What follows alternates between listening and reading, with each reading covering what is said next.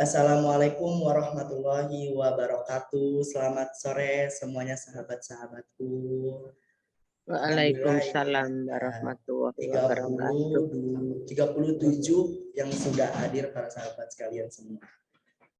Ya, kalau boleh tahu nih, aku pengen di sini saya pengen tahu nih, sahabat semua ada yang dari mana aja nih domisilinya? Boleh untuk di komentar. Sulawesi Barat. Masya Allah, ada dari Sulawesi Barat. Itu tadi Bapak siapa? Kalau boleh tahu dari Bapak siapa dari Sulawesi Barat? Atas nama Muhammad Yusuf. Masya Allah, Bapak Muhammad Yusuf. Selamat datang Bapak Muhammad Yusuf. Assalamualaikum warahmatullahi wabarakatuh. Waalaikumsalam warahmatullahi wabarakatuh. Alhamdulillah. Ada lagi sahabat kita yang lain? Kalau boleh Ya, saya Ibu Sri dari Papua Barat. Masya Allah, ada Ibu Sri dari Papua Barat. Assalamualaikum Ibu Sri, selamat sore. Waalaikumsalam warahmatullahi. Terima kasih atas izin untuk bergabung. Alhamdulillah, ya Ibu Sri sama-sama. Nah, kalau boleh tahu lagi ada dari mana aja nih sahabat yang lainnya mungkin boleh untuk ikut berkomentar juga. Adakah yang dari luar Pulau Kalimantan, yang seperti dari Pulau Jawa, Jakarta, dan sekitarnya? Bu Masna dari Tangerang. Masya Allah, ada yang dari Tangerang. Siapa kalau boleh tahu yang dari Tangerang? Bu Masna. Bu Masna ya. Dari Tangerang, alhamdulillah. Assalamualaikum warahmatullahi wabarakatuh. Selamat sore Mas dari Tangerang.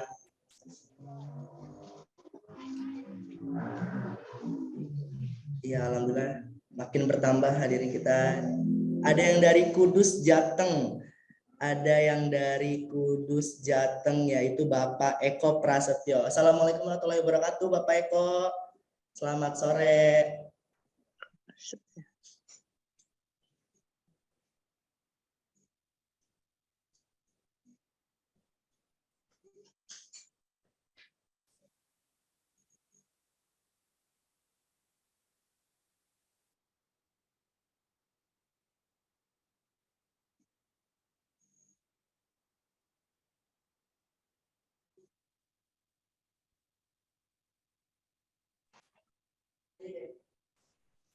Baik, ternyata banyak sekali ya sahabat-sahabat kita dari berbagai tempat, dari berbagai domisili yang hadir dan menyempatkan waktu untuk ikut webinar perdana kali ini. Alhamdulillah, ya Bapak Eko Prasetyo, selamat sore. Semoga kita di sini semua diberikan kesehatan ya. Alhamdulillah kita semua masih bisa diberikan kesehatan sehingga dapat bergabung dalam webinar perdana kali ini. Mungkin ada lagi yang ingin memberitahu dari mana domisilinya agar kita lebih saling kenal, agar kita lebih saling tahu nih dari mana aja.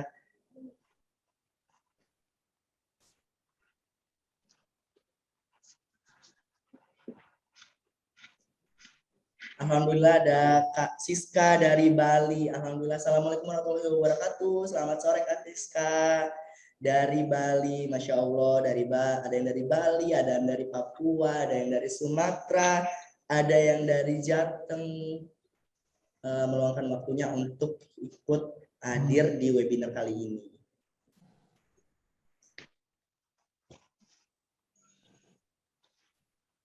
Jambi juga ada.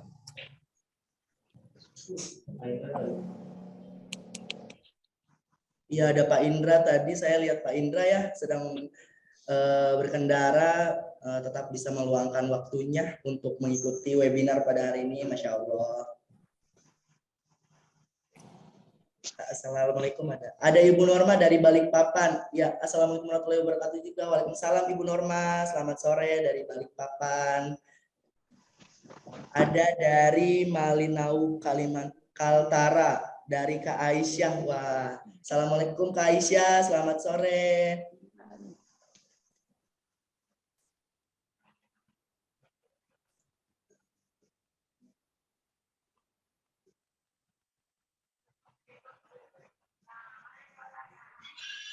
Assalamualaikum. Waalaikumsalam Ibu Sulis dari Semarang. Alhamdulillah dari Semarang. Ada dari Kak Yoyok dari Pacitan. Assalamualaikum untuk Kak Ibu Sulis dan Kak Kak Yoyok dari Semarang dan juga dari Pacitan. Ada Ibu Rondia dari Binawang, Kalimantan Selatan. Wah, dari Kalimantan Selatan kita berarti satu pulau, Ibu Rondia. Selamat sore, Ibu Rondia. Ada Bapak Nur Rahman dari Lampung. Assalamualaikum warahmatullahi wabarakatuh. Selamat sore, Bapak Nur Rahman. Alhamdulillah. Assalamualaikum. Dari Cirebon ada Ibu Jaria. Assalamualaikum warahmatullahi wabarakatuh, Ibu Jaria. Selamat sore. Alhamdulillah, ternyata banyak ya, banyak sekali ini dari berbagai pulau, dari berbagai domisili hadir dan meluangkan waktunya untuk mengikuti webinar pada hari ini. Kabar baik semua ya untuk para audiensnya, untuk para sahabat. Apa kabar? Saya ingin menanyakan kabar dulu nih. Apa kabar semuanya para sahabatku? Alhamdulillah baik. Alhamdulillah baik Bapak Muhammad Yusuf. Sahabat-sahabat yang lainnya apa kabar? Alhamdulillah ada Kak Gemi. Allahumma sholli wa sallim. Allahumma sholli ala Sayyidina Muhammad. Ya, semoga kita semuanya selalu dalam keadaan sehat, walafiat dan juga selalu dilindungi oleh Allah Subhanahu wa taala. Amin. Amin ya rabbal alamin. Ada Ibu Ninik dari Semarang juga. Ya, selamat sore Ibu Ninik. Assalamualaikum warahmatullahi wabarakatuh. Ya, alhamdulillah audiens kita pada hari ini sudah 50. Alhamdulillah, Masya Allah, banyak sekali ya. Alhamdulillah Ibu Zaria, semoga kesehatan selalu dilimpahkan kepada diri kita semua.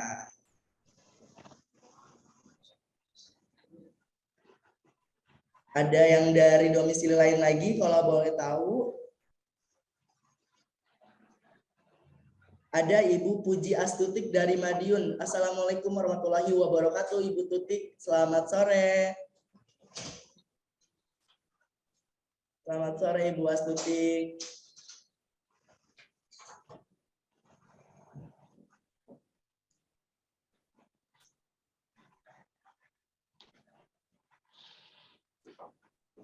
Sambil kita menunggu audiens yang lainnya hadir, kita tunggu dulu ya sebentar. Assalamualaikum Pak Hairul. Waalaikumsalam. Dengan Bapak siapa tadi? Ruslan dari Banten. Dengan Bapak Ruslan dari Banten ya. Assalamualaikum. Iya. Waalaikumsalam Bapak Ruslan. Selamat sore. Sore juga Pak Hairul. Iya. Bapak Ruslan bagaimana kabarnya Pak? Alhamdulillah. Sehat. Sehat dan baik ya. Ini ada dari Kak Ibu Gemi dari Gunung Kidul. Wah, Gunung Kidul daerah istimewa Yogyakarta ya. Dan ada juga dari Ibu Runtut dari Sidoarjo. Kemudian ada Kak Ibu Tika dari Bali. Masya Allah banyak sekali ini dari berbagai pulau, dari berbagai tempat. Walaupun melalui jejaring internet seperti ini, kita alhamdulillah semuanya dapat bersilaturahmi ya. Jadi kita tahu nih sahabat-sahabat Yayasan Banua Berkah Mandiri ternyata dari berbagai tempat.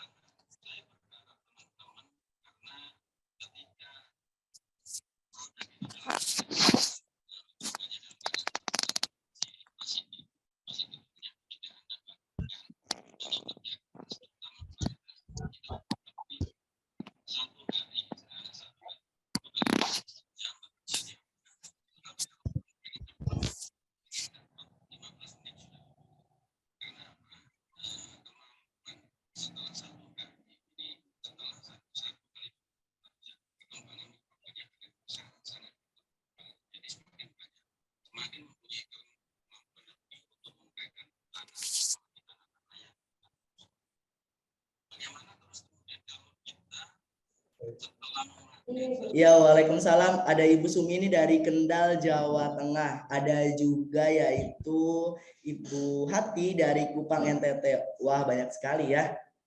Dari berbagai macam tempat.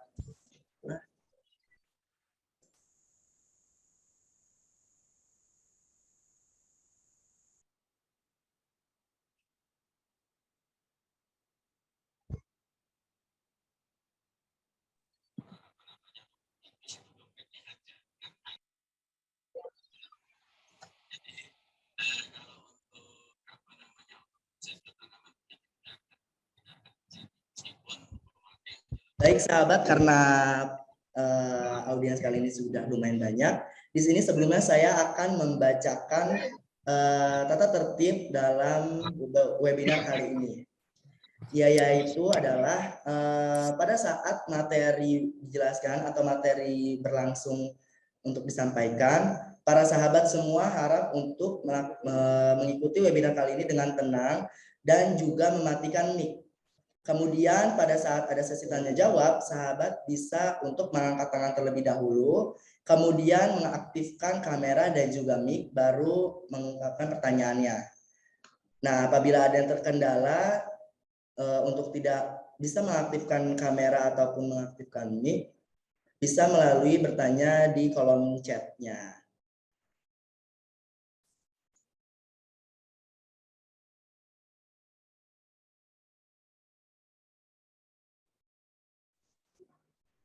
Baik, pemateri kita pada hari ini sudah hadir. Assalamualaikum warahmatullahi wabarakatuh. Sajah Syifa Nur Fadila, selamat sore.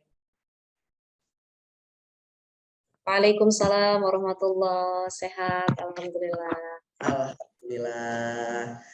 Tadi saja kabarnya sehat walafiat ya. Alhamdulillah. Alhamdulillah. Baik, karena pemateri kita pada hari ini sudah hadir dan audiens pada hari ini juga sambil menunggu yang lain saja, langsung saja kita mulaikan acara kita pada hari ini ya. Oke, bismillahirrahmanirrahim. Assalamualaikum warahmatullahi wabarakatuh. Waalaikumsalam warahmatullahi wabarakatuh. Bismillahirrahmanirrahim. La haula wala quwata illa billah. Asyhadu alla ilaha illallah wa asyhadu anna Muhammadar Rasulullah.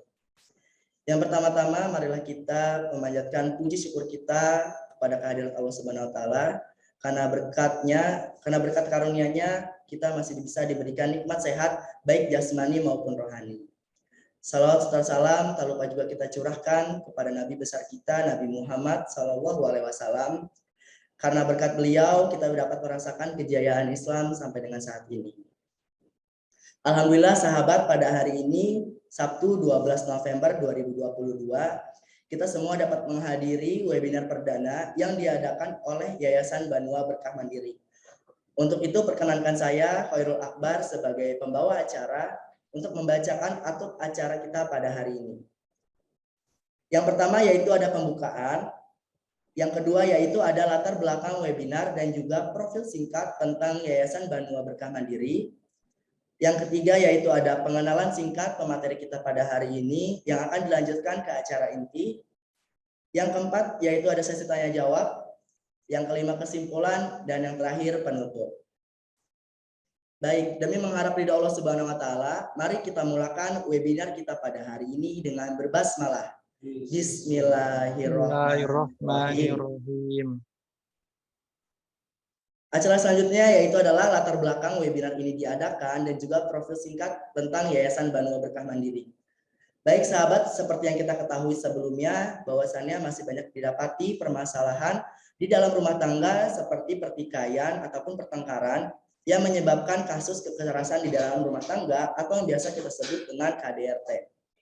Nah, kasus ini sendiri memiliki beberapa faktor seperti diantaranya faktor ekonomi, faktor rasa kecemburuan dan juga kesalahpahaman, faktor tidak adanya kebahagiaan di dalam keluarga tersebut, dan faktor-faktor lainnya yang membuat keluarga tersebut tidak akur. Nah, berdasarkan data Peradilan Agama, ada sekitar 4.776 kasus kekerasan dalam rumah tangga dan permasalahan-permasalahan lainnya yang berujung pada perceraian. Sedangkan di dalam Islam sendiri, perceraian memang bukanlah hal yang dilarang. Tetapi perceraian merupakan salah satu hal yang sangat dibenci oleh Allah dan bukan salah satu jalan keluar. Karena mengapa demikian? Sebab perceraian tidak hanya memutuskan hubungan dari pasangan suami istri, melainkan dia juga akan menimbulkan konflik-konflik besar selanjutnya dan menyebabkan renggangnya hubungan antara pasangan suami dan juga istri, kemudian juga merenggangkan hubungan silaturahmi dari kedua keluarga mereka. Nah, maka dari itu keluarga yang sakinah mawaddah warahmah merupakan harapan bagi semua insan. Untuk itu Yayasan Banua Berkah Mandiri mengadakan webinar perdana kali ini dengan mengangkat tema yaitu menggapai rumah tangga yang sakinah mawaddah warahmah. Mengharapkan keluarga kita semua menjadi keluarga yang sakinah mawaddah warahmah yang di dalamnya itu terdapat keluarga yang harmonis, bahagia, dan juga didapati ridha Allah Subhanahu wa taala. Kemudian webinar kita pada hari ini webinar kita pada hari ini sebagai bentuk rasa terima kasih kita kepada sahabat semua yang telah membantu berkontribusi dan juga peduli kepada program-program dari Yayasan Banua Berkah Mandiri sehingga program-program kami semuanya dapat dijalankan secara berkah. Baik, untuk itu saya akan membacakan profil singkat tentang Yayasan Banua Berkah Mandiri. Nah, mungkin dari para sahabat sini semuanya ada yang sudah tahu apa itu Yayasan Banua Berkah Mandiri. Yayasan Banua Berkah Mandiri atau yang biasa disebut dengan Yaba Berma merupakan yayasan yang berfokus pada kepedulian anak-anak yatim piatu, masyarakat duafa dan masyarakat yang lebih membutuhkan baik di daerah sekitar maupun di daerah pelosok-pelosok Kalimantan. Yayasan Banua Berkah Mandiri ini juga sudah memiliki 147 anak-anak binaan dan 15 anak yatim piatu yang telah bermukim di rumah yatim. Nah, untuk program Yayasan Banua Berkah Mandiri juga telah melakukan berbagai macam program, seperti diantaranya yaitu adalah program wakaf Al-Quran, program wakaf air bersih, program wakaf peralatan santri, kurban, sedekah rutin di hari Jumat, santunan dan bimbingan rutin untuk anak-anak yatim binaan, serta program-program lainnya yang sudah terlaksana. Nah, untuk alamatnya, Yayasan Banua Berkah Mandiri beralamatkan di Jalan Bali, Gang Telerama, Kecamatan Antasan Besar, Kelurahan Banjarmasin Barat, Kota Banjarmasin, Kalimantan Selatan. Mungkin cukup sekian untuk penjelasan latar belakang dan profil singkat mengenai Yayasan Banua Berkah Mandiri. Lanjut ke acara yang berikutnya, yaitu adalah pengenalan singkat tentang pemateri kita pada hari ini. Nah, sesuai dengan webinar kita pada hari ini, yaitu bertemakan tentang menggapai rumah tangga yang sakinah mawaddah warahmah. Alhamdulillah materi kita pada hari ini akan disampaikan oleh Ustazah Syifa Nur Fadilah. Nah, sedikit informasi mengenai Ustazah Syifa Nur Fadilah. Beliau telah lama mengenyam pendidikannya di Pondok Pesantren Awaliyah Al-Asiyah di Bogor, yang sebelumnya ia juga belajar di Pondok Pesantren Darul Rahman Jakarta. Kemudian beliau mendapatkan undangan beasiswa dari Sekolah Tinggi Ekonomi Islam di Taskia Bogor berkat prestasi yang ia dapatkan dari juara 4 Lomba Daiyah Muda Pilihan Antv. Tidak cukup di situ, beliau melanjutkan pendidikannya di Al-Azhar Kairo Mesir. Kemudian juga beliau melanjutkan pendidikannya di Fakultas Dirasat Islam UIN Syarif Hidayatullah dan Institut Ilmu Al-Quran di Jakarta. Hingga saat ini beliau telah menyelesaikan gelar magisternya di Fakultas Syariah dan Hukum UIN Syarif Hidayatullah. Alhamdulillah berkat perjalanan pendidikan yang telah beliau lalui, saat ini beliau telah banyak sekali memiliki pengalaman sebagai pengisi acara, seperti sebagai pengisi acara di acara Islam Itu Indah di Trans TV, sebagai pengisi acara di Cahaya Hati di iNews, sebagai pengisi acara di Damai Indonesiaku di TV One, dan sebagai pengisi acara di berbagai majlis taklim, acara kemuslimahan, baik di perkantoran-perkantoran maupun di sekolah-sekolah. Untuk itu, tanpa mengulur waktu lagi, langsung saja kita persilakan kepada Ustazah Syifa Nur Fadilah. Kepada Ustazah Syifa Nur Fadilah, waktu dan tempatnya disilahkan.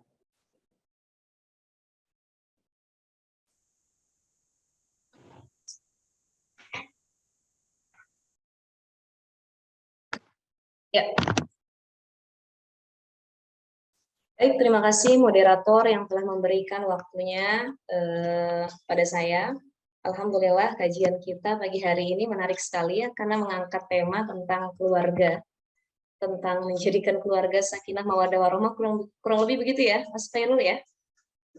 Iya benar, tentang menggapai rumah tangga yang sakinah. Menggapai rumah tangga yang sakinah mawaddah warahmah. Baik, sebelum saya mulai, saya izin untuk share screen terkait materi yang ingin saya bawakan pada sore hari ini.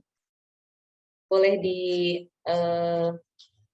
dijadikan host terlebih dahulu untuk share materi saya sore hari ini.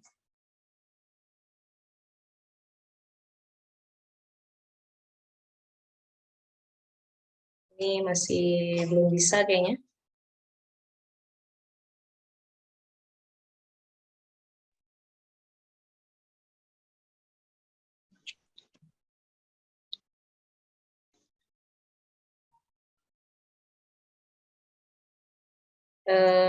Mungkin kepada panitia mungkin boleh dijadikan terus dulu sayanya.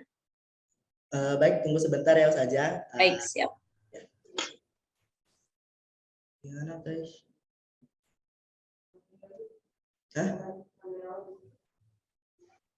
Udah.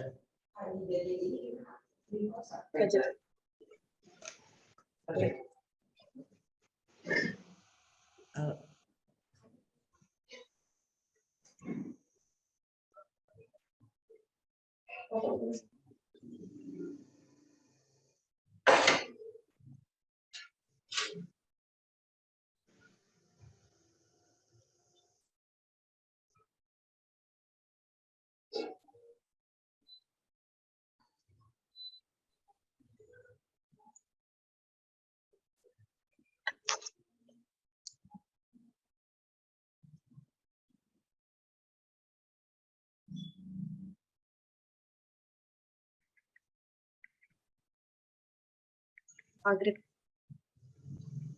Terus maghrib. Ya. Iya, itu.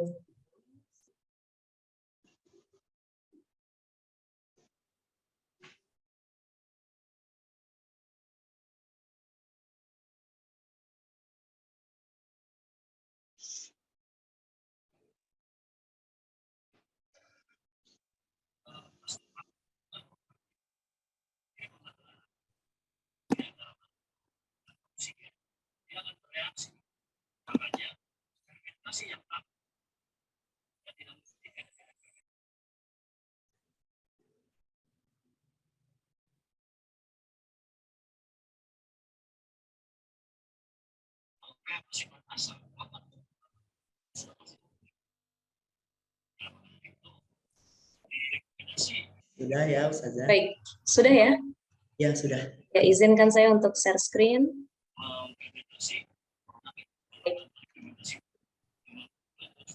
Ya, bismillahirrahmanirrahim. Assalamualaikum warahmatullahi ta'ala wabarakatuh.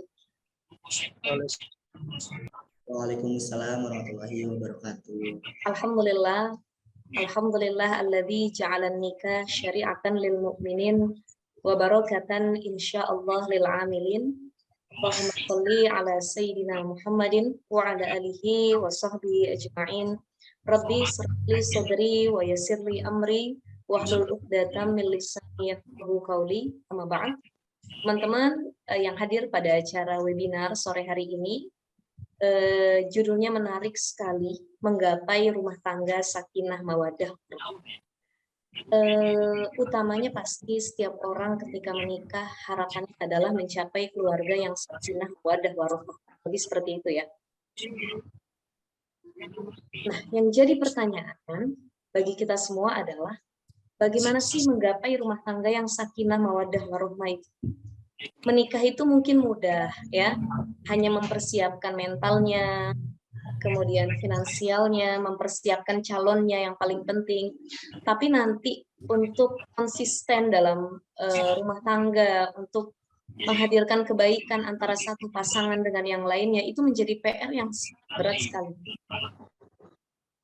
Teman-teman di sini yang hadir, apakah sudah menikah?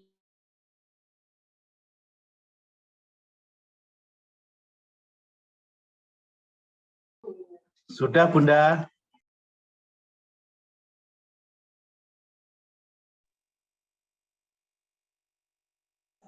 Mohon maaf, saya Syifa tadi termute mic-nya.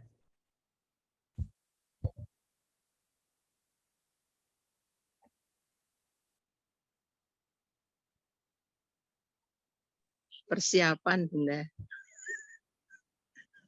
Untuk mic Ustazah bisa di unmute. Untuk mic-nya Ustazah bisa di unmute. Sudah, Bunda, sudah menikah.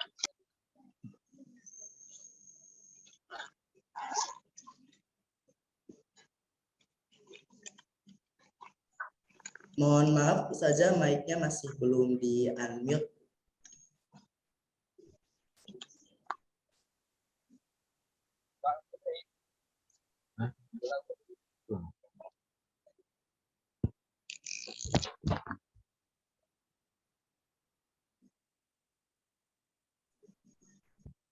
Mohon maaf Ustazah, mic-nya masih belum di unmute.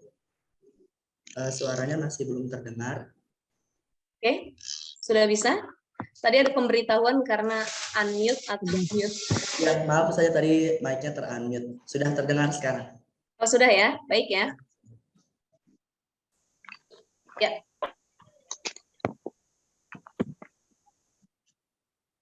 Menggapai rumah tangga sakinah mawaddah warohmah ini adalah keinginan setiap orang pastinya. Baik yang belum menikah maupun yang sudah menikah. Terlebih lagi bagi yang belum menikah biasanya harapannya adalah menikah itu yang indah-indahnya saja. Menikah itu terkadang hanya mencari ketenangan semata. Tidur ada yang nemenin gitu ya Pak ya. Kemudian lagi kemana-mana ada yang membersamai. Makan ada yang menemani juga. Tapi ternyata tidak sesimpel itu. Pernikahan itu bukan berarti mengakhirkan satu masalah dalam hidup kita. Tapi hanya berpindah masalah dari satu fase ke fase yang lainnya. Kalau dulu mungkin ketika kita kuliah, ketika kita sedang bekerja, kita seringkali bilang atau berdoa, ya Allah, saya pengen nikah deh, saya capek kerja, saya capek belajar, pengennya nikah aja. Kalau perempuan mungkin biar ada yang nafkahin, pengennya nikah aja. Kalau laki-laki, ya Allah, saya pengen nikah biar ada yang ngurusin dan lain sebagainya. Nah ternyata tidak sesimpel itu makna pernikahan. Ya, menikah itu bukan hanya menyatukan dua orang yang saling mencintai, tapi bagaimana kedua orang tersebut bisa saling membentuk relasi yang baik agar tercipta keluarga yang sakinah mawaddah warohmah. Saya akan lanjut ke slide berikutnya. Nah, rumah tangga harmonis menurut Al-Quran seperti apa? Banyak kita lihat gambaran rumah tangga harmonis yang dikisahkan baik dalam Al-Quran maupun dari sirah nabawiyah, salah satunya adalah rumah tangga para anbiya, para rasul, para nabi.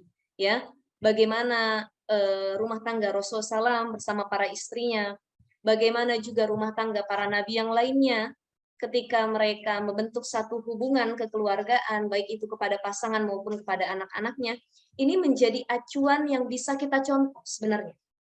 Ya. Dan dalam Al-Quran sudah banyak disinggung tentang ayat-ayat yang menceritakan bagaimana sih mencapai rumah tangga yang harmonis. Bagaimana sih mencapai satu hubungan yang diberkahi. Mencapai satu hubungan yang titik utamanya bukan hanya mencari kesenangan dunia, tapi juga bisa sama-sama saling menghantarkan untuk menuju surganya Allah Subhanahu wa Ta'ala. Ini kan tujuan utama kita seperti itu ya. Ini saya lihat yang hadir banyak yang ikut webinar juga bapak-bapak, ibu-ibu yang sudah menikah. Saya yakin mungkin secara pengalaman sudah lebih berpengalaman dari saya. Ada yang mungkin menikah sudah 10, 20, 30 tahun, bahkan sudah ada yang punya cucu juga ya. Bertahan dalam satu pernikahan atau membentuk keluarga yang harmonis, itu memang sulitnya luar biasa. Tapi Al-Quran punya opsi-opsi tertentu. Di antaranya adalah pertama, ketika kita berumah tangga, salah satu gambaran penting yang diberikan oleh Al-Quran, dan ini bisa kita realisasikan dalam kehidupan sehari-hari adalah bagaimana kita bisa menjadikan pasangan sebagai sahabat dalam hidup kita. Jadi ada orang yang berbicara atau mengatakan bahwa ketika kamu semakin dewasa, ketika kamu semakin besar, circle pertemanan kamu itu akan semakin mengerucut. akan semakin kecil. Jadi kalau kita sudah menikah, kita lihat yang dulu mungkin sebelum menikah kita suka gabung sama teman-teman, suka kongko, suka hangout ya, kemudian suka minum ngopi bareng gitu ya Pak ya. Ketika sudah menikah otomatis kebiasaan itu mulai redup, mulai hilang. Kenapa? Ternyata sahabat terbaik kita setelah menikah itu bukan orang lain lagi, tapi pasangan. Makanya ada yang bilang, wah kamu setelah menikah sombong ya, nggak pernah kumpul, nggak pernah main. Wah kamu setelah menikah lebih sibuk ya, kayaknya nggak pernah jawab WA dan lain sebagainya, komunikasi sama teman-teman juga jarang. Sebenarnya bukan sombong, bukan sibuk, tapi lebih kepada kita semakin dewasa dan semakin paham mana yang kita prioritaskan. Nah, kumpul sama temen hangout yang unfaedah gitu ya, nggak begitu bermanfaat atau ya cuman gitu-gitu aja sebenarnya itu bisa kita filter lagi. Bisa kita pilih-pilih lagi gitu. Oh, saya sudah menjadi seorang ayah, oh saya sudah menjadi seorang ibu. Saya sudah menjadi istri ataupun suami, berarti ada hal lain yang harus lebih saya prioritaskan. Gitu.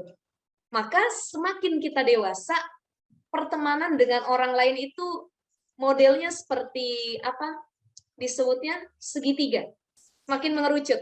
Dulu kita masih kecil punya kawan banyak ya, waktu SD, SMP, semua kawan kita, semua sahabat baik kita. Makin besar ketika SMA, pilih-pilih lagi, difilter lagi, oh ternyata yang bisa dijadikan kawan cuma beberapa orang. Masuk dunia perkuliahan, dunia kampus, ternyata difilter lagi. Oh ternyata yang bisa dijadikan teman itu nggak semuanya, paling cuma 2-3 orang yang bisa dikatakan teman baik, sahabat gitu. Ya, terus ada yang mengatakan lagi, terus mohon maaf, setelah kita masuk dalam dunia perkuliahan, kita akan masuk dalam dunia pekerjaan. Di sini mulai terlihat mana kawan, mana lawan. Siapa yang kira-kira tetap mensupport kita untuk lebih baik, dan siapa kira-kira yang ternyata musuh dalam selimut. Berani menjatuhkan kita terhadap atasan, terhadap kawan sesama kita sendiri. Nah inilah kenapa semakin dewasa, semakin matang, ternyata kita semakin pintar memfilter siapa orang-orang yang berada di samping atau di dekat kita. Maka kalau ada orang sudah menikah, ternyata sahabat terbaiknya, kawan terdekat dibanding yang lainnya itu adalah pasangan sendiri.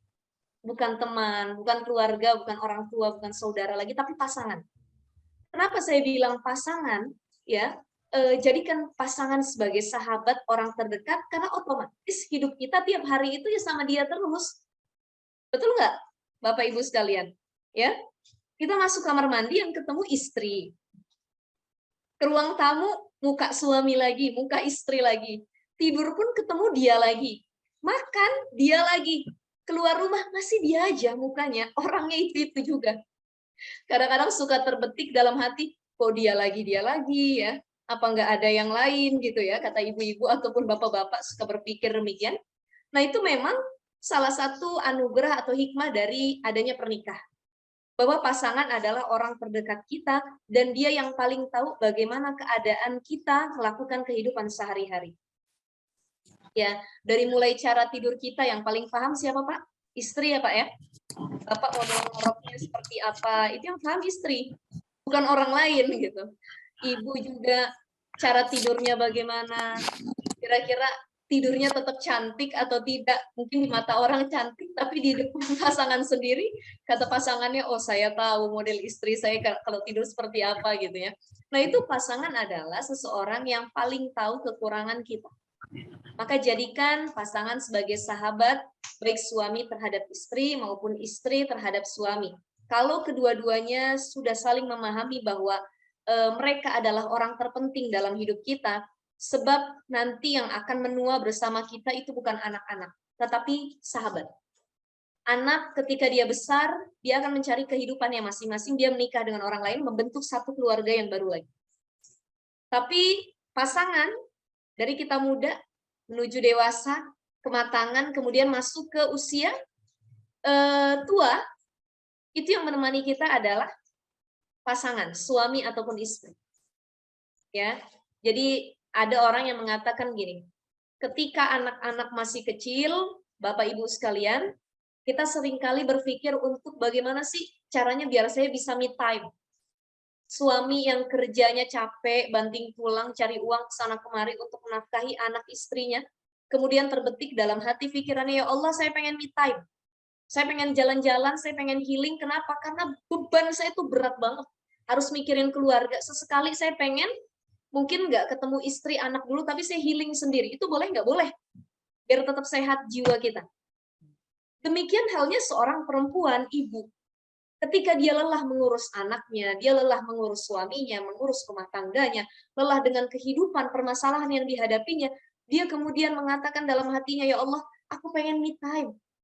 Aku pengen mencari satu waktu di mana aku healing, gitu. Mengeluarkan semua unek-unek ketidakbahagiaan aku, berlepas diri dulu dari anak dan suaminya untuk mencari waktu tersendiri.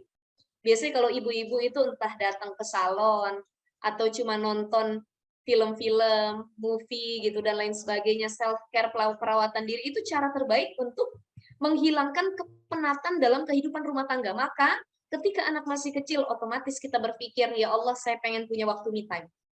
Tapi ternyata ketika anak sudah tumbuh dewasa, dia sudah berkeluarga, dia sudah bekerja, bahkan tinggal dan hidupnya itu jauh dari keluarga, dan yang tersisa di rumah itu hanya ibu dan bapaknya, maka terbetik dalam hati ayah dan ibunya, kapan anak saya datang? Sekarang orang tuanya nggak butuh waktu me time lagi. Tapi satu yang dibutuhkan, family time. Ya, family time. Bagaimana agar bisa berkumpul seluruh keluarga. Kalau dulu pengen mencari waktu sendiri untuk healing, ya, tapi ketika tua dewasa malah bagaimana caranya biar nggak sendiri, tapi mengumpulkan keluarganya yang lain, anak-anaknya yang sudah besar. Ini kan berarti kebalik. Maka ketika anak kita masih kecil, nikmati. Betul gitu ya Bapak Ibu ya, nikmati. Sebentar waktunya dengan kita, kalau sudah menikah, mereka punya kehidupan yang baru, disitulah kita mulai rindu dengan sosok kehadiran anak yang memang sudah punya keluarga masing-masing. Maka jadikan pasangan sebagai sahabat. Ya ayuhan nasu taqu rabbakumul ladzi khalaqakum min nafsin wahidah wa khalaqa minha zawjaha wa bassa minhuma rijalan katsiran wa nisa. Ya, Allah telah menciptakan kamu, wahai sekalian manusia, dari satu tubuh untuk dihadirkan manusia yang lainnya. Laki-laki diciptakan, dihadirkan juga perempuan sebagai kawan hidupnya. Dan dari perkumpulan, dari jalan pernikahan antara laki-laki dan perempuan, maka disinilah wabassa minhuma rijalan katsiran wa nisa. Allah hadirkan keturunan, perkembangbiakan yang maslahat, memperbanyak umat Rasulullah SAW. Jadi menikah adalah salah satu anjuran yang sudah ditetapkan oleh Allah Subhanahu wa Ta'ala, dan ini juga adalah sunnah dari Rasulullah SAW. Ya. Kemudian yang kedua apa? Agar mencapai rumah tangga harmonis menurut Al-Quran dan saran dari Al-Quran itu sendiri, perbaiki hubungan kita kepada Allah. Yang pertama, jadikan pasangan sebagai sahabat. Yang kedua adalah mari kita perbaiki hubungan kita dengan Allah Subhanahu wa Ta'ala. Jadi kalau kita pengen hablum minan nas, hubungan sesama manusia itu baik, maka perbaiki juga hablum minallah. Perbaiki juga hubungan dengan Sang Khalik, penciptanya. Jadi kalau Bapak, Ibu, saya ataupun kita yang sudah berkeluarga, kita merasa kok hubungan saya dengan pasangan tidak pernah baik. Kok runyam saja, bertengkar saja, tidak pernah ada jalan keluar. Ada saja yang dipermasalahkan. Kadang-kadang hal sepele menjadi besar dan lain sebagainya. Bisa jadi ketidakharmonisan atau hubungan yang tidak baik antar satu pasangan dengan pasangannya, itu disebabkan karena tidak baiknya hubungan kita dengan Allah Subhanahu wa Ta'ala. Orang-orang yang terus memperbaiki hubungannya kepada Allah, maka di situ juga Allah akan perbaiki hubungannya dengan manusia. Apalagi istrinya sendiri, suaminya sendiri. Jadi mari kita lihat keluarga-keluarga yang harmonis, yang sekiranya Masya Allah enak banget ya, baper kita ngelihatnya. Kok indah banget sih suami istri ini. Bisa jadi mereka adalah orang-orang yang senantiasa hubungannya baik juga pada Allah Subhanahu wa Ta'ala. Itu, maka perbaiki hubungan kepada Allah, niscaya dan insya Allah pasti Allah akan perbaiki juga hubunganmu dengan pasanganmu. Yang ketiga, jangan lupa kita berdoa. Ini biasanya kalau selepas sholat ada doa-doa yang masyhur dan sering kita panjatkan. Salah satu doa yang tidak boleh ketinggalan adalah Sebagaimana disebutkan dalam Al-Quran, surah Al-Furqan ayat 74, Bismillahirrahmanirrahim. Rabbana hablana min azwajina wa zurriyatina qurrata a'yun waj'alna lil muttaqina imama. Rabbana hablana, ya Allah, karuniakanlah kepada kami min azwajina, dari pasangan kami, baik itu suami ataupun istri, wa zurriyatina, keturunan kami, anak cucu kami, qurrata a'yun, menjadi penyejuk hati. Apa yang dimaksud atau dimaknai dari penyejuk hati? Penyejuk hati ini bukan hanya enak dipandang mata.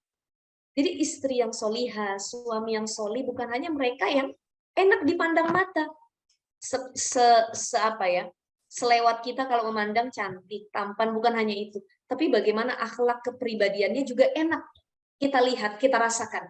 Tutur katanya, ucapannya, cara berbicaranya, sikapnya sehari-hari, ya, bagaimana perlakuannya terhadap pasangan. Ini menjadi poin penting bahwa anak dan pasangan itu menjadi qurrata a'yun, ya, menjadi seseorang yang menyejukkan hati dan pandangan kita. Baik, saya akan lanjut ke slide berikutnya. Agar tercapai keharmonisan, selain solusi yang diberikan oleh Al-Quran tadi, beberapa hal yang harus kita realisasikan, yang harus kita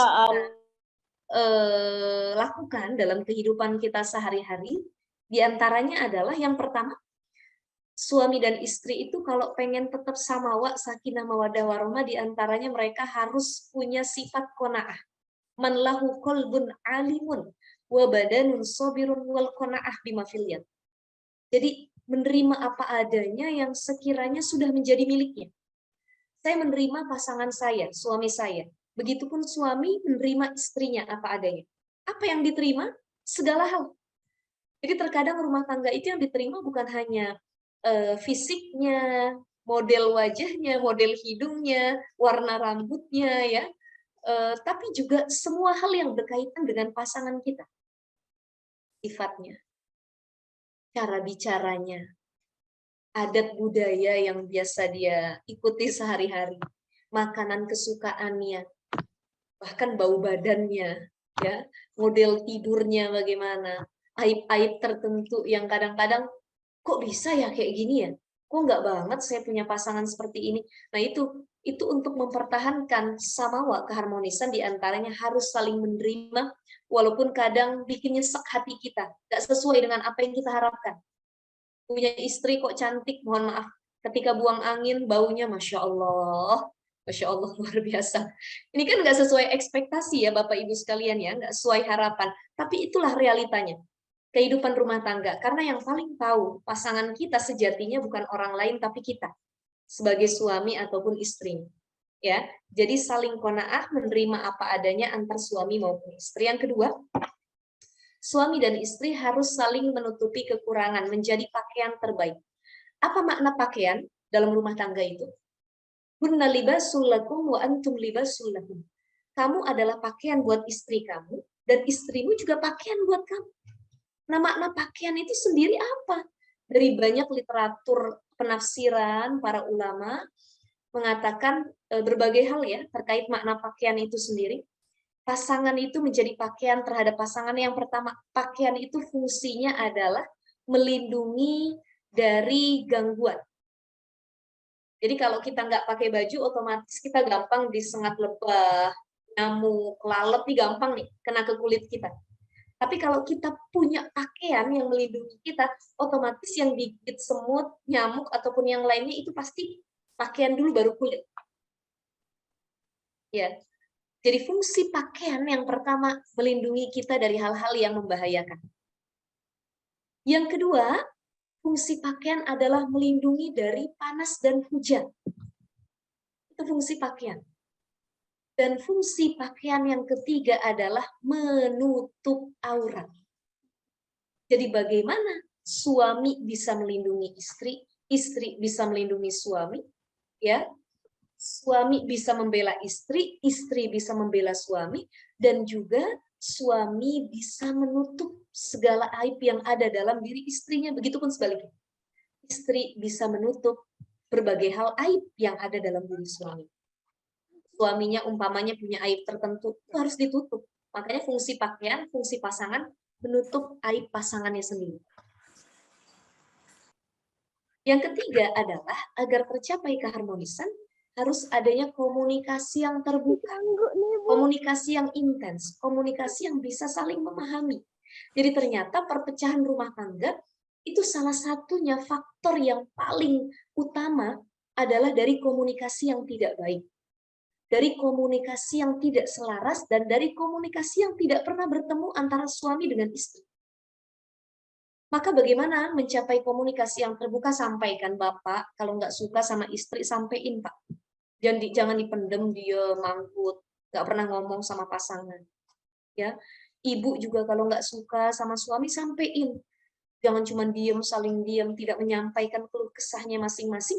Inilah yang menjadikan rumah tangga di ujung titik keharmonisan.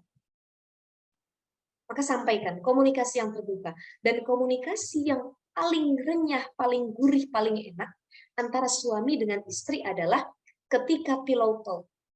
Ketika malam hari, ketika waktu menjelang tidur, dan ketika dua-duanya sedang berpikir secara logis, sedang dingin kepalanya, bukan sedang panas. Gitu. Jadi lagi adem, saling romantis, ya, saling sayang-sayangan, saling peluk-pelukan antara suami dengan istri. Sampaikan pendapat, kemukakan apa yang sekiranya jadi unek-unek kita. Kita berhak mengutarakan unek-unek kita kepada pasangan. Jangan cuman hayo saja ikut apa kata pasangan.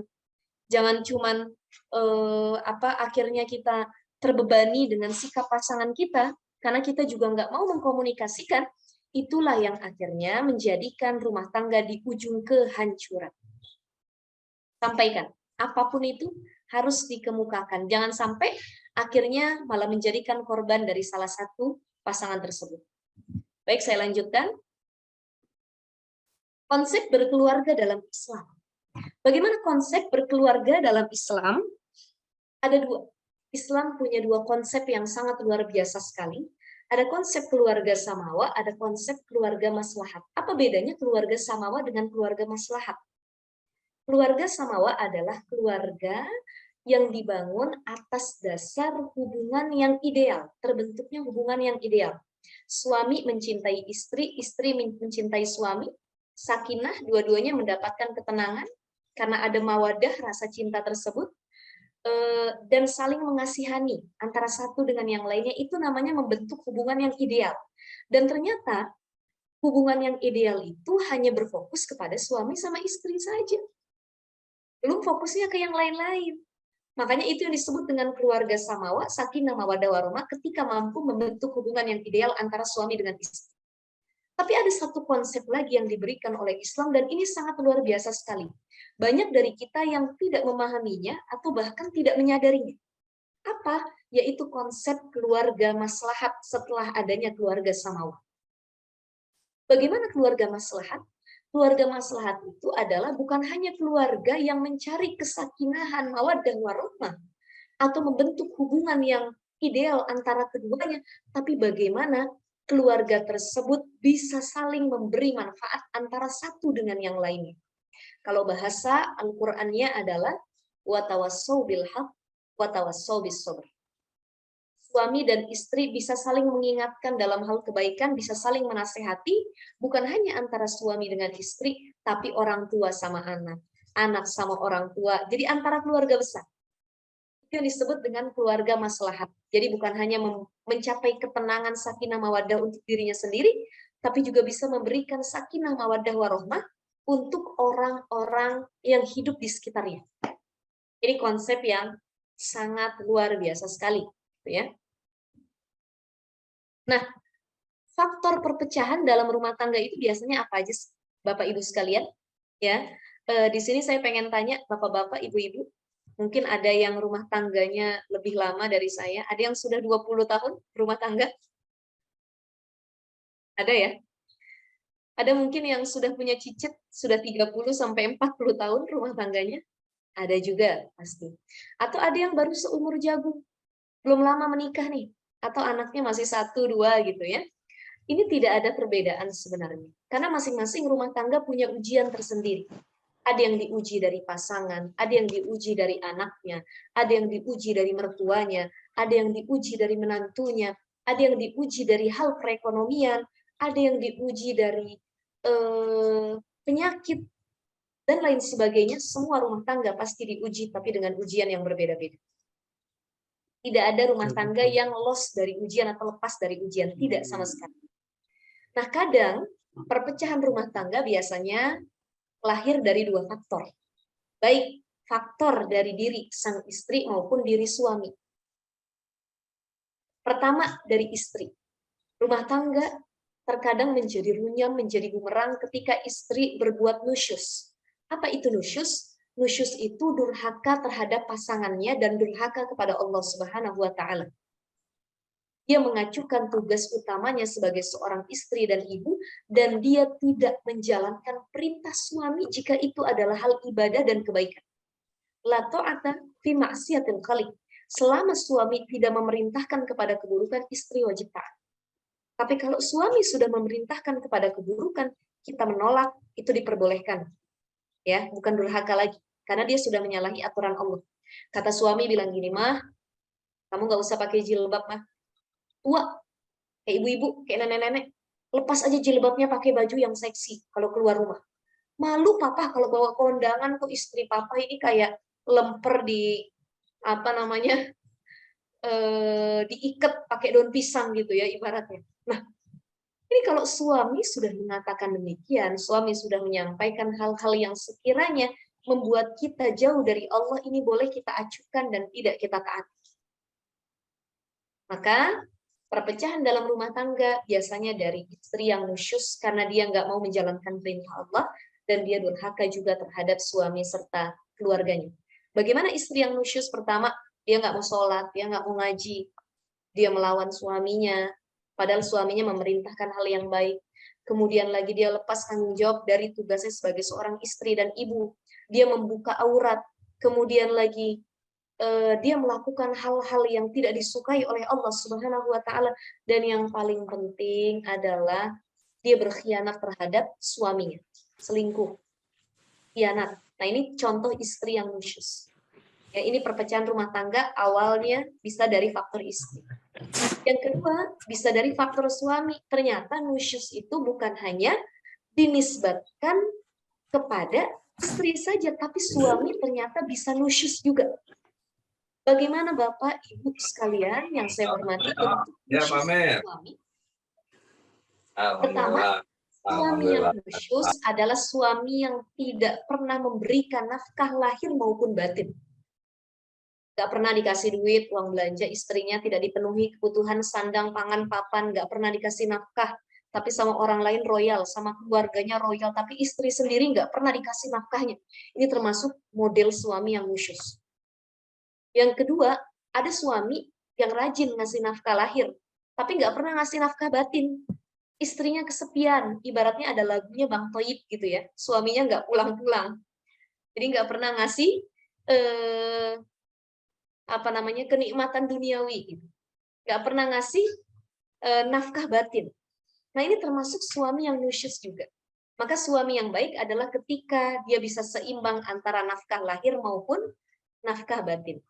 Ya, yang kedua adalah tidak adil dalam kosam pembagian. Jadi umpamanya ada laki-laki yang poligami, dia punya beberapa istri, dan dia tidak adil dalam hal pembagian, baik nafkahnya maupun gilirannya menginap di rumah para istrinya. Ini yang disebut dengan nusyus juga. Ketiga, model suami yang KDRT. Belum lama Pak, kemarin ada ya kasus berita istri yang dibanting sama suaminya ya. Bapak Ibu hafal lah, ini pasti ngikutin berita gitu ya. Ada suami ngebanting istrinya, ya, tapi akhirnya sudah rujuk kembali. Alhamdulillah, kita doakan mudah-mudahan samawa terus gitu. Kalau laki-laki sudah berani KDRT kepada pasangannya, jadi KDRT itu bukan secara verbal saja, tapi non verbal juga itu bisa masuk dalam kategori KDRT. Suami yang meng-KDRT istrinya bukan hanya secara fisik, tapi dari ucapan, mengutak-atik mental istrinya, menyakiti hati istrinya. Bahkan lewat media sosial juga itu KDRT namanya. Kalau itu model kekerasan, itu masuk dalam ranah KDRT. Ya. Ini yang disebut dengan laki-laki yang nusyus. Nah, ternyata laki-laki selain nusyus, dia juga punya satu hal yang disebut dengan dayus. Apa itu dayus? Dayus itu laki-laki yang tidak punya rasa cemburu sama sekali terhadap istrinya. Istrinya kholwat dengan laki-laki lain, dia nggak cemburu. Istrinya membuka aurat, dia nggak cemburu. Istrinya memperlihatkan yang harusnya nggak boleh diperlihatkan aurat-auratnya, tapi diperlihatkan kepada laki-laki yang bukan mahramnya. Ini model laki-laki yang dayus. La yanzurullahu ilaihim yaumal qiyamah. Itu ada dalam hadis Rasulullah Shallallahu Alaihi Wasallam. Salah satu orang yang tidak akan dipandang oleh Allah kelak pada hari kiamat adalah ad-dayus, laki-laki yang tidak punya rasa cemburu terhadap istri. Ya, hati-hati. Ini jadi renungan buat kita semua, gitu ya. Nah, terakhir,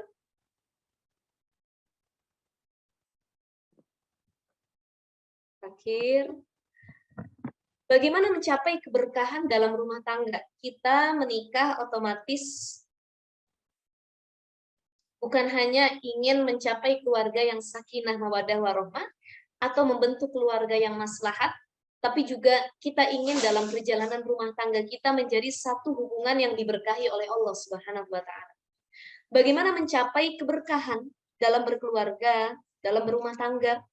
Yang pertama adalah rumah tangga yang berkah itu adalah biasanya rumah tangga yang di dalamnya keluarganya itu doyan ngaji, rajin ibadah, dekat sama ulama, punya guru spiritual.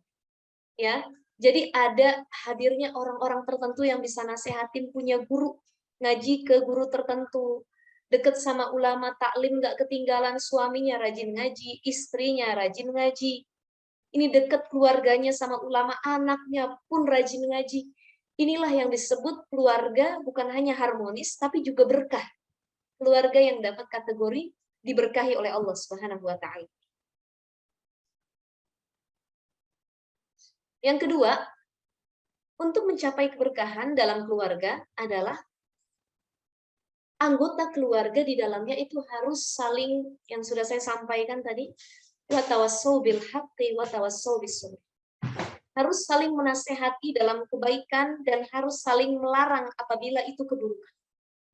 Umpamanya kalau ayah ibunya ngaji, anaknya juga harus diajak ngaji. Jangan ayah ibunya soleh-soleha, anaknya ahli maksiat. Atau kalau anaknya yang soleh-soleha, kita harus nasehatin orang tua kita untuk soleh-soleha juga. Jadi jangan masing-masing. Bagaimana keluarga itu bisa mendapat keberkahan sehingga bisa nanti kita ngebooking tiket surga bareng-bareng. Masuk surga sekeluarga gitu.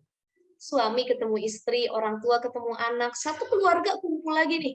Wah, ngeliwat lagi, makan lagi. Kalau biasa di dunia kita makan kumpulnya di restoran, di rumah ya bareng-bareng. Nanti di surga kumpul lagi, makan bareng lagi. Gitu. Ya. Jadi keluarga yang saling menasehati dalam kebaikan. Dan yang terakhir, keberkahan dalam keluarga itu bisa hadir dikala keluarga yang hidup dalam satu rumah tersebut itu saling fastabiqul khairat, berlomba-lomba dalam kebaikan dan saling bersautan untuk mengumandangkan ayat-ayat Allah. Ayahnya baca Quran, ibunya baca Quran, anaknya pun ahli Quran, saling fastabiqul khairat, saut-sautan nih baca Qurannya. Ya, inilah yang disebut dengan baiti jannat. Rumahku syurgaku, maknanya adalah rumah yang di dalamnya penuh hadirnya orang-orang baik dan rumah yang di dalamnya selalu dilantunkan ayat-ayat suci Al-Quran. Ini paling tidak adalah 3 poin penting bagaimana menjadikan keluarga kita bukan hanya maslahat samawa, tetapi juga mendapat keberkahan dalam membangun rumah tangga, sehingga keberkahan ini bisa dirasakan pada keseluruhan anggota keluarga yang hidup di dalamnya. Ya. Kurang lebihnya sudah ini slide terakhir yang saya sampaikan karena tidak ada kelanjutannya ya. Baik, saya serahkan kepada moderator, silahkan jika ada sesi tanya jawab saya persilahkan. Baik, alhamdulillahirabbil alamin. Ilmunya telah disampaikan oleh Ustazah Syifa Nur Fadilah. Bagaimana sahabat, tadi ilmu yang disampaikan sangat informatif sekali ya, dan juga banyak ilmu-ilmu yang ternyata belum kita ketahui apa yang harusnya kita lakukan untuk keluarga kita menjadi keluarga yang sakinah mawaddah warahmah. Nah, kemudian untuk acara yang selanjutnya yaitu adalah sesi tanya jawab. Seperti tata tertib tadi, bagi yang ingin bertanya boleh untuk raise hand terlebih dahulu, kemudian mengaktifkan kamera dan juga mic-nya. Kepada para sahabat dipersilahkan.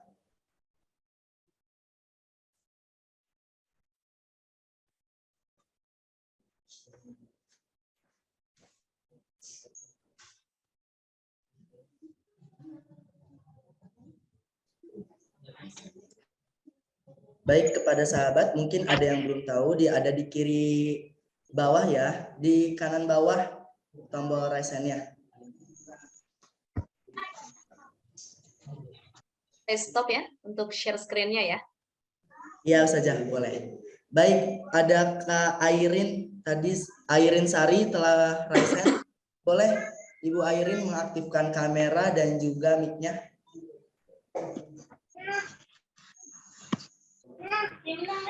Assalamualaikum warahmatullahi wabarakatuh. Waalaikumsalam warahmatullahi wabarakatuh. Saja saya mau nanya apa ya perbedaannya tuh misalnya uang makan sehari-hari sama untuk istri itu apa nafkah apa tuh itu perbedaannya apa sama aja gitu ya Ustazah ya. Gimana tuh perbedaannya? Ya aku nanya doang perbedaannya. Ya, Waalaikumsalam warahmatullahi wabarakatuh. ya, waalaikumsalam warahmatullahi wabarakatuh. Ya, boleh Ya. Ustazah untuk dijawab. Baik, langsung saya jawab ya, Mas Fairul ya. Ya, ini pertanyaan atau suara hati ibu-ibu biasanya ya. Apa sih bedanya uang belanja makan sehari-hari dengan nafkah untuk istri? Ya, itu juga masuk dalam kategori nafkah. Tapi yang merasakan bukan hanya istri, melainkan keluarga besar. Nafkah itu kan modelnya 3, sandang, pangan, papan. Pakaian, tempat tinggal, dan makan sehari-hari. Kalau suami cuma ngasih nafkah untuk makan saja, sebenarnya itu belum sempurna. Karena ada kebutuhan istri yang lain yang harus dipenuhi juga, apa pakaiannya, ya. Kemudian lagi tempat tinggalnya itu juga menjadi tanggung jawab suami yang disebut dengan nafkah atau nafkah. Bahkan para ulama itu menambahkan ya, ulama-ulama kontemporer itu menambahkan nafkah itu bukan hanya sandang pangan papan, tapi juga segala kebutuhan istri. Misalkan istri itu butuh skincare, ya, butuh sabun untuk mandi, butuh ya alat-alat kecantikan, itu juga termasuk nafkah yang harus dipenuhi oleh suaminya, gitu. Jadi suami yang baik adalah bukan hanya berlepas tangan terhadap nafkah yang bisa dimakan oleh istrinya, tapi bagaimana dia juga bisa memberikan istrinya pakaian untuk menutup aurat, bisa memberikan tempat tinggal sehingga istrinya tidak kehujanan, kepanasan, dan lain sebagainya. Jadi makan termasuk nafkah ya Bu ya, tapi itu baru satu jenis, belum nafkah-nafkah yang lainnya. Allahu a'lam. Terima kasih Ustaz. Sama-sama. Assalamualaikum. Waalaikumsalam. Terima kasih Ustazah Syifa telah menjawab pertanyaan dari Ibu Airin. Selanjutnya untuk sahabat yang lainnya, kami menyediakan 3 slot pertanyaan. Bagi untuk sahabat yang lainnya yang ingin bertanya, dipersilakan untuk raise hand. Iya, terima kasih Ibu Ustazah.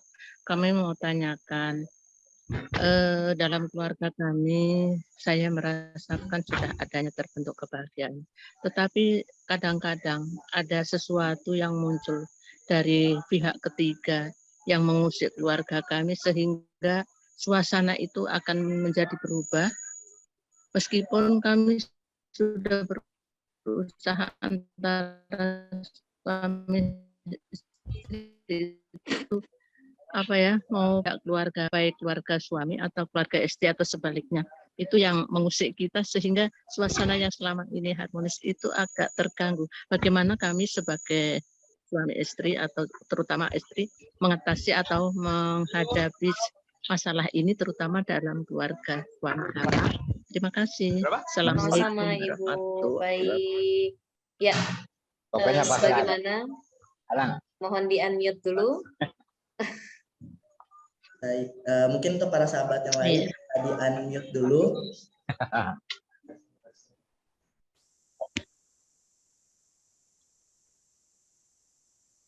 Lagi ikut webinar. Ini masalah rumah tangga yang Iya, Ustazah, silakan Baik. Ya. pertanyaannya dari Ibu Sri. Ya, Ibu Sri, ini pertanyaannya menarik sekali. Saya sudah sampaikan tadi di awal bahwa setiap rumah tangga kan punya ujian tersendiri ya, masing-masing diuji tapi dengan hal-hal yang berbeda.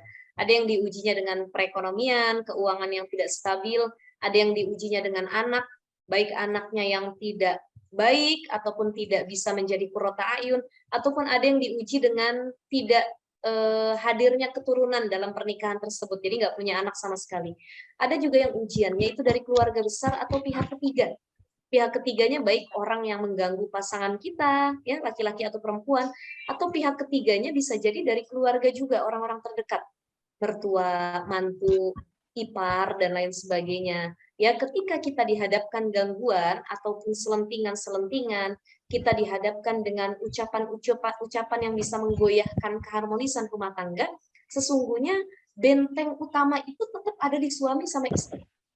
Jadi sekuat apapun keluarga, ipar, ataupun yang lainnya menggoyahkan hubungan kita, intinya kita yang punya singgasana. Kita yang tetap bisa bertahan, kita yang bisa menghalau semua gangguan tersebut. Kalau istri percaya sama suami, dia nggak akan percaya sama yang lain-lainnya. Kenapa? Karena kepercayaannya sudah ditaruh sepenuhnya oleh pasangannya. Begitupun suami terhadap istri. Jadi kalau terjadi konflik dalam persaudaraan, keluarga, yang harus jadi pelindung utama itu adalah pasangan sendiri. Istri jadi pelindung suami, suami juga melindungi istri. Misalkan istri kita diganggu sama ipar, mertua, ataupun yang lainnya, suami harus di garda terdepan, membela hal tersebut. Itu yang pertama. Jadi harus saling menjadi benteng antara pasangan. Yang kedua adalah berusaha untuk menjadi orang yang acuh terkait hal-hal yang apa sih kayaknya nggak penting buat saya gitu. Apa sih kayaknya tidak berfaedah sama sekali, atau kita menghadapi orang-orang yang julid ya, walaupun itu saudara sendiri, apa sih udah masuk kuping kanan keluar kuping kiri, cukup kita lakukan seperti itu saja ya. Karena sampai kapanpun, berapa lama pun kita berumah tangga, tidak pernah habis. Tapi bagaimana? Gimana Bu? Bagaimana kalau dari suami kita memihak keluarganya? Nah ini yang salah. Selama ini akhirnya perpecahan rumah tangga terjadi karena salah satu pasangan itu nggak mau membela pasangannya, lebih percaya sama orang lain. Kan saya sampaikan di awal tadi, harus menjadikan pasangan itu sahabat sendiri. Kalau menjadi sahabat sendiri, otomatis yang lain itu tidak ada yang sedekat pasangannya. Jadi kalau istri dia memihak orang lain ataupun keluarganya, coba kita lakukan komunikasi terbuka, sampaikan, mau dibawa kemana hubungan kita? Mau dilanjutkan atau enggak pernikahannya ini ya? Ayah tuh nikahnya sama saya, bukan sama mereka orang ketiga. Kalau ayah nggak mau sama saya, udah hidup saja sama mereka, gitu. Itu kadang-kadang Bu harus dikasih penegasan juga, harus disampaikan juga seperti itu kepada orang-orang yang terlalu mihak terhadap orang lain, tapi dia nggak membela pasangannya sendiri. Itu ya Bu ya, kurang lebih ya. Terima kasih Ustazah. Ya, sama-sama Ibu. Waalaikumsalam. Alhamdulillah. Selanjutnya ini ada pertanyaan Ustazah dari kolom chat, dari kolom komentar. Yang pertama dari Kak Hoir. Izin Ustazah mau bertanya, bagaimana cara menyikapi mertua yang selalu meminta uang kepada suami? Padahal suami kan kewajibannya untuk menafkahi seorang istri, sementara penghasilannya juga belum cukup nih. Nah, kemudian juga biasanya penghasilan itu dibayar untuk cicilan hutang dan lain-lain. Jadi kesimpulannya mungkin pertanyaannya adalah bagaimana nih pendapat Ustazah tentang mertua yang selalu meminta uang kepada suami yang padahal kewajiban suami merupakan menafkahi seorang istri. Ya, baik. Dijawab Ustazah. Ya, ini saya yakin adalah curhatan semua ibu-ibu, Mas Khairul. Ya, orang-orang yang sudah berumah tangga biasanya banyak nih sering permasalahan sama mertua itu gara-gara keuangan, finansial ya. Ketika suami sudah punya gaji dan dia membagi dua untuk memberikan kepada keluarga, istri anaknya, dan juga memberikan kepada mertuanya, orang tuanya. Ini terkadang yang jadi sengketa akhirnya. Jadi apa ya? Pertikaian antara menantu dengan mertua. Jadi kalau ada ibu yang suka minta kepada anaknya, pertama kita nggak boleh ngelarang juga, karena istri yang baik adalah istri yang tetap mensupport suaminya untuk berbakti kepada orang tua walaupun sudah menikah. Nah, nanti kalau kita belajar dalam bab fikih ada bab nafkah ya, babun nafkah. Dalam bab nafkah itu ada beberapa orang yang wajib dinafkahi. Ternyata bukan hanya istri saja, tapi juga anak dan orang tua itu wajib dinafkahi. Ini berlaku bagi laki-laki ya, dan buat perempuan juga berlaku sebenarnya. Tetapi ada pengecualian dalam pembahasan fikih tersebut. Andai kata orang tuanya kaya raya, berkecukupan, itu anaknya tidak wajib lagi memberikan kepada ibu bapaknya. Yang dia wajib itu adalah memberikan kepada istrinya. Tapi kalau orang tuanya disebutkan dalam fikih itu biasanya karena sakit, orang tuanya sakit, orang tuanya sudah di usia yang tua sekali, tidak bisa mencari uang lagi, fakir miskin dan punya penyakit tertentu, maka di sini anak wajib menafkahkan orang tuanya walaupun juga dia punya kewajiban terhadap istri dan anaknya. Gitu. Jadi menghadapi suami yang suka nafkahi orang tuanya super terus, tapi kalau kita ngelihat mertua yang minta duit terus, ya ini perlu dikomunikasikan juga. Kalau bisa mintanya seperlunya untuk makan sehari-hari. Kalau untuk menghidupi dirinya agar memenuhi lifestyle, gaya hidup dan lain sebagainya, ini perlu diluruskan lagi. Karena tanggung jawab suami, apalagi kalau dia pendapatannya pas-pasan, itu bukan hanya untuk ibunya saja, tapi lebih utamanya adalah untuk istri dan anaknya. Jadi Imam Nawawi pernah ditanya nih sama muridnya, bagaimana ketika aku harus menafkahi ibu dan istriku, mana yang harus aku utamakan? Gitu. Di sini menjawab Imam Nawawi bahwa alangkah baiknya engkau tetap seimbang antara keduanya, tapi lebih mengutamakan istri dibanding ibu. Gitu.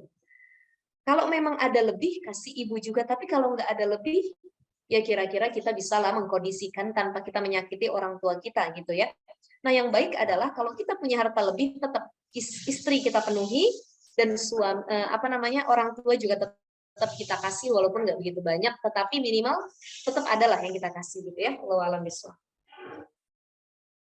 Baik, alhamdulillah. Nah, Ustazah, mungkin ini pertanyaan yang terakhir dan ini pertanyaan yang sangat menarik nih Ustazah. Bagaimana pendapat Ustazah mengenai pernikahan yang sebelumnya itu ternyata berdasarkan dari perjodohan. Jadi salah satu dari mereka ini ternyata awalnya tidak ada yang mencintai nih. Jadi bagaimana pendapat Ustazah tentang pernikahan yang seperti ini? Ini pertanyaan dari Kak Indah. Ya. Bagaimana pendapat saya terkait perjodohan dalam pernikahan? Ini kalau yang nonton banyak juga mungkin yang masih muda-muda, tapi kalau di webinar ini mayoritas memang sudah berumur ya, rata-rata ya Mas Khairul ya.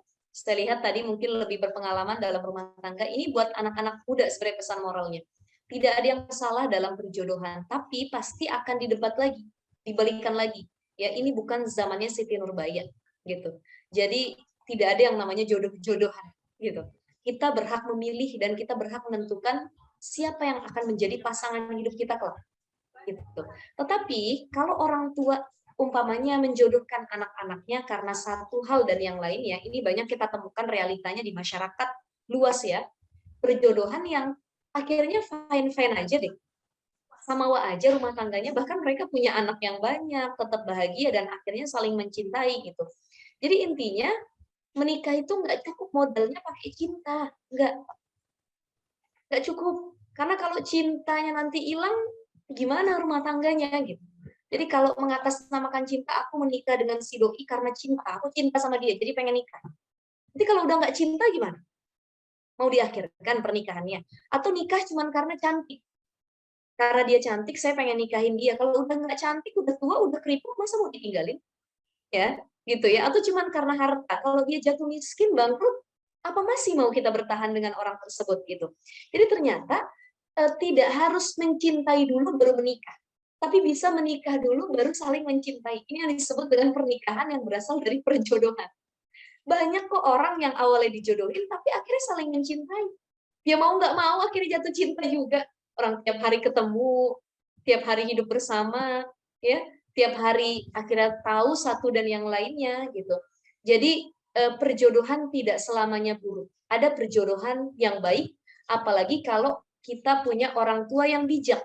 Artinya orang tua kita paham agama, orang tua kita secara pengalaman hidup juga baik. Ketika dia menjodohkan kita dengan seseorang yang dipilihkan, selama jodoh yang dinisbatkan diberikan kepada kita itu baik, akhlaknya baik, agamanya baik, saya rasa nggak ada alasan untuk menolak. Lanjutkan. Karena berapa banyak orang yang memilih pilihannya sendiri, akhirnya dia menyesal di tengah jalan, dia bilang, kenapa dulu saya tuh nggak milih apa yang dibilang oleh ayah atau ibu. Saya nggak nikah sama pilihan orang tua. Ternyata pilihan saya tidak lebih baik dari pilihan ayah dan ibu. Itu banyak yang akhirnya menyesal. Gitu ya. Maka tidak selamanya perjodohan buruk, tapi ada juga perjodohan yang baik. Nggak apa-apa kalau emang jodohnya baik, apalagi punya nilai plus, hartanya banyak, tampan iya, akhlaknya luar biasa, ya udah ikuti apa kata orang tua, insya Allah berkah gitu ya. Gimana nyarinya, Taj? Kalau nggak cinta, nanti lama-lama cinta juga. Ketawa aja. Alhamdulillah. Dengan baik dan juga cukup jelas oleh Ustazah Syifa Nur Fadila. Terima kasih Ustazah Syifa Nur Fadila telah menjawab pertanyaan-pertanyaan dari para sahabat semuanya. Dan karena keterbatasan waktu, mungkin mohon maaf saya ucapkan kepada para sahabat yang belum sempat kami bacakan pertanyaannya, dan mungkin ada para sahabat yang belum sempat bertanya. Kita di lain waktu akan bertemu lagi di webinar yang berbeda. Untuk itu sedikit kesimpulan dari saya, bahwasannya keluarga yang sakinah mawaddah warahmah memanglah harapan bagi semua insan, karena di dalamnya terdapat keharmonisan, kebahagiaan, saling rasa percaya, dan terdapat komunikasi yang baik, dan yang pastinya dalam keluarga yang sakinah mawaddah warahmah dapat ridho dari Allah Subhanahu wa taala. Selain itu juga tadi seperti yang sudah Ustazah Syifa jelaskan, bahwasannya selain samawa juga ada yang namanya keluarga maslahat, yang satu dengan yang lainnya saling memberi manfaat. Oke, untuk itu karena keluarga yang sakinah mawaddah warahmah salah satunya adalah mendapatkan ridha dari Allah Subhanahu wa taala. Tadi juga ada salah satunya agar keluarga kita bisa harmonis, yaitu ada qanaah, saling menutupi kekurangan, dan juga komunikasi yang terbuka. Serta juga kita untuk memperbaiki keluarga yang sakinah mawaddah warahmah itu lebih banyak mendekatkan diri kepada Allah Subhanahu wa taala. Nah, mungkin salah satunya pendekatan kita, perbanyak beribadah kita kepada Allah Subhanahu wa taala itu bisa dilakukan dengan bersedekah, berzakat, ataupun berwakaf ya saja ya. Itu hal itu juga termasuk ibadah agar keluarga kita ini bisa sakinah mawaddah warahmah. Nah, maka dari itu Yayasan Banua Berkah Mandiri pelayanan sedekah, zakat, dan juga wakaf yang insya Allah amanah dan juga tepat kepada yang membutuhkan. Nah, tidak perlu diragukan lagi sahabat bahwasannya Yayasan Banua Berkah Mandiri telah memiliki izin dari Basnas dan juga Badan Wakaf Indonesia. Untuk itu sahabat, yuk tanpa diragukan lagi kita berbanyak bersedekah, berzakat, dan juga berwakaf, serta berbanyak pendekatan diri kepada Allah Subhanahu wa taala guna mengharapkan keluarga kita menjadi keluarga yang sakinah mawaddah warahmah. Baik, sekian mungkin ya saja saya ucapkan terima kasih banyak. Terima kasih banyak. Meluangkan waktunya untuk memberikan ilmu-ilmu baru terhadap kita semua dan juga kepada sahabat kita semua untuk membangun dan juga mungkin memperbaiki keluarganya agar menjadi keluarga yang sakinah mawaddah warahmah. Amin. Baik, karena kita telah sampai di akhir acara, mari kita sempurnakan acara pada sore hari ini dengan berhamdalah. Alhamdulillahirabbil alamin.